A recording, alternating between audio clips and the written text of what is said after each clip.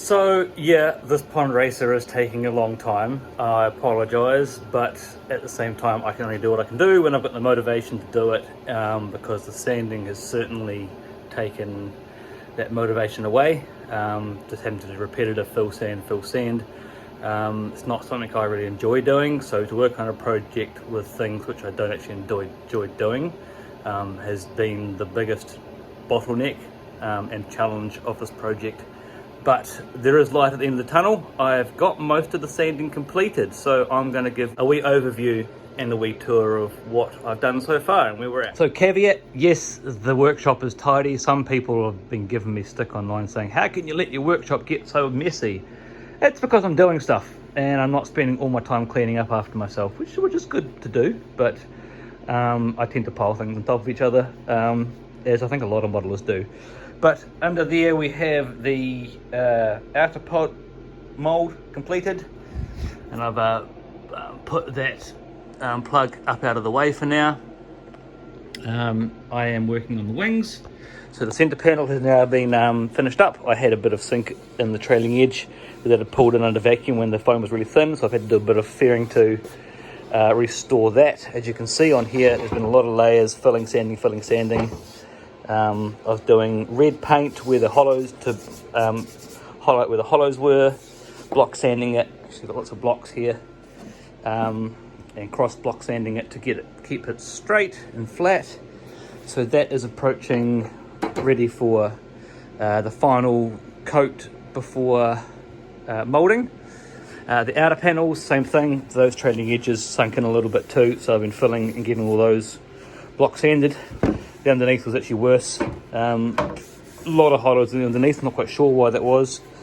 The top surface stayed pretty flat, pretty straight, but the bottom surface ended up with lots of little hollows and things. So you can see all the different colours of filler over time. It's been quite a bit of sanding. So this is the 3D printed wingtips with the foam and glass over it. We have the root ribs. I need to block sand the ends yet.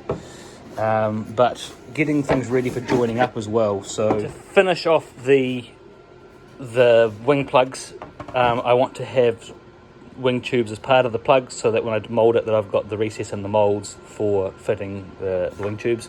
This is going to be the outer diameter, and the internal diameter of this tube will be the actual size of the wing joiner. So this is going to get glued in with, I need to get a 30mm tube to go in there. This will join on like that. On the flat glass table, I will block that up and glue those tubes in. Once that's dry, I'll get a hacksaw through that gap and chop the tubes in half. Then I'll have perfectly aligned wing tubes fore and aft. The final tooling coat on the plugs is going to be this crystal clear clear sealer. It'll get some black pigment in to help give it a darker colour, because when it's dark you can see where the wax is going on and the polish is all good. I also chuck in some graphite powder, because it's really powdered. It actually sprays really well when mixed up properly and helps give that a bit more abrasion resistance as a plug, especially when I'm playing around with it and trying to get it all set up so it won't scratch as easily. So those three get mixed together, and that's going to get sprayed on to the plug. The central fuselage plug is sitting here ready for this big opening here, which is not going to be that big. But this needs to be finished first, so I get that shape all finished, waxed up as it's going to be the final product. And then this needs to be fully waxed and sealed so that I can form into this front piece the remainder of that slot. So that needs to be filled with a pretty expanding foam. As you can see, I've got a bit of leeway there to get the incidence right and the positioning right. It's about where it's going to sit there. So that needs to have that wing slot seat finished before I can then finish that plug. But otherwise this plug is looking pretty good. There's been a few minor details, filling up some spots just to get that all nice, but otherwise that plug is ready for its final tooling coat as well. And that then means that we are just short of the tailplane, which I'm going to do like the full size. The full size actually was a vacuum bagged tailplane. It wasn't moulded, it was a foam core tailplane. A friend of mine, Sam Anderson, gave me these printouts and photos of the full size. A lot of these are available online, but some of them aren't. And also some of the original 3-view drawings. This is a article out of a magazine. It had a cutaway view, which is one of the best ones I've seen, showing all those the engines and all the parts of this. But you look back here, the tailplane, this is 26. Come down to 26 here. Tailplane was solid styrofoam core, so or styrofoam. Not sure if it's styrofoam or styrofoam, but yeah. So I'm going to do the same as on this. I am going to do a vacuum bagged tailplane. There's no point doing a mold for that. It's just a straight cord, no taper tail section, and that'll get slotted through that rear fuselage piece in one piece, and then joined onto the outside, because this will be one piece, the center piece, and then it will have plug-in outer wing panels, and that's the only thing which is going to be plugged in and off this airplane once I've got it assembled as a final version. Because having a joint 1, 2, 3, 4, 5, there's all these joints everywhere. It's just going to be far too much of an engineering project. Interestingly enough, the original aircraft, the entire internal of the wing was a fuel tank. So F1, F3, F2. It was all a fuel tank, and then the ribs were actually baffles. So that's where they put the fuel on the full size. And you can see the undercarriage here actually has a real tight space to get up and underneath the wing here.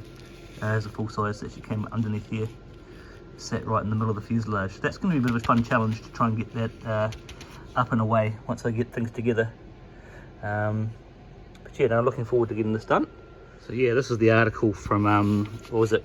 Flight International, December 25th of December, Christmas Day, interesting, 1991. Yeah, so I'm trying to find the rest of this article. I've only got a couple of pages of it, but it's a really cool article detailing the pond racer design right in that time that it was in work and being test flown. So yeah, if anyone's got access to that full article, magazine article, please let me know. Even just send you some screenshots on a phone or something. I'd love to read the rest of it. Getting set up in the spray booth for painting. I've just chucked up some additional LED light bar, the old wingtip lights. And I've got these on some rods, screw onto the bench. I can turn those around, get right around those. I've got this, as you can see, that will flip around, so I can do both sides of that. Just hang off on those, flip it around, chuck it over there. Yeah. Ready to start spraying. Another noteworthy thing while I'm waiting for this stuff to dry in the paint booth, just got the first coat of that clear coat on, is spinner back plate. So I was catting it up, and I printed out a mock-up, and I was putting that against the plug, make sure it all fit. And then once I was happy with that, that was going to go into the back of the spinner. I went to PCBWay and got them machined. So there's the spinner back plates out of 6061, straight mill finish, and that will quite happily, so the spinner back plate is it, spinner mold is longer than it needs to be. These will go into the back of this, and then I have a spinner. So I've got all the holes to doing it yet, because I've saved myself some money by not getting all the holes drilled and tapped. But yeah, a couple of spinner back plates as well, ready to go. So progress.